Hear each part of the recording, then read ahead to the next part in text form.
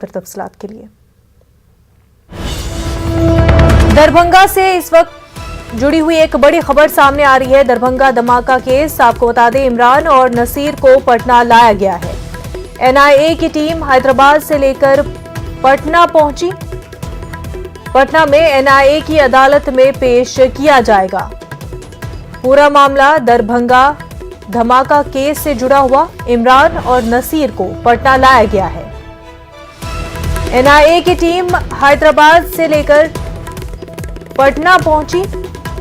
पटना में एनआईए की अदालत में दोनों को पेश किया जाएगा।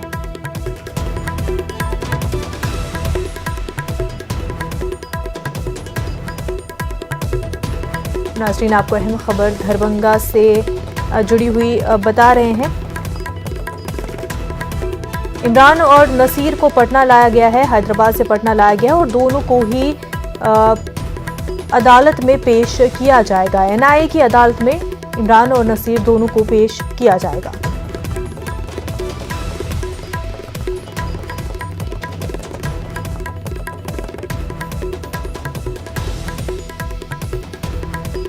दरभंगा धमाका मामले से जुड़ी हुई ये पूरी खबर आपको बता रहे हैं। एनआईए अदालत में इमरान और नसीर को पेश किया जाएगा। एटीएस के ऑफिस में ले आया गया है और फिलहाल ये एटीएस के ऑफिस में अंदर जाने की मीडिया कर्मियों को मनाही है। आप देख सकते हैं जो यहाँ पर सुरक्षा कर्मी है एटीएस ऑफिस में, वो यहाँ पर ड्यूटी कर रहे हैं और बता रहे हैं क्या हुआ। भीड़ नहीं लगाइए सर, भीड़ नहीं लगाइए, यहाँ पे साइड हो जाइए आप लोग। फिलहाल मीडिया कर्मियों को अंदर जाने की मनाही है और अब मीडिया कर्मियों को इंतजार होगा कि कितनी देर में ये जो दोनों संदिग्ध हैं, जो दोनों आतंकी हैं, इनको एनआईए की टीम अब एटीएस ऑफिस से बाहर लेकर निकलते हैं। कई ऐसे पहलू हैं जिसको एटीएस भी अपने लेवल पर खंगालना चाहते हैं, क्योंकि सीधे तौर पर बिहार से जुड़ा हुआ ये मामला है और एटीएस ने भी इस पूरे मामले की अपने स्तर पर छानबीन की थी। एटीएस की टीम दरभंगा पहुंची थी और दरभंगा में कई पहलुओं को एटीएस ने खंगाला था और वो संतुष्ट होना चाहती है, क्योंकि बिहार में जितने भी टेररिस्ट एक्टिव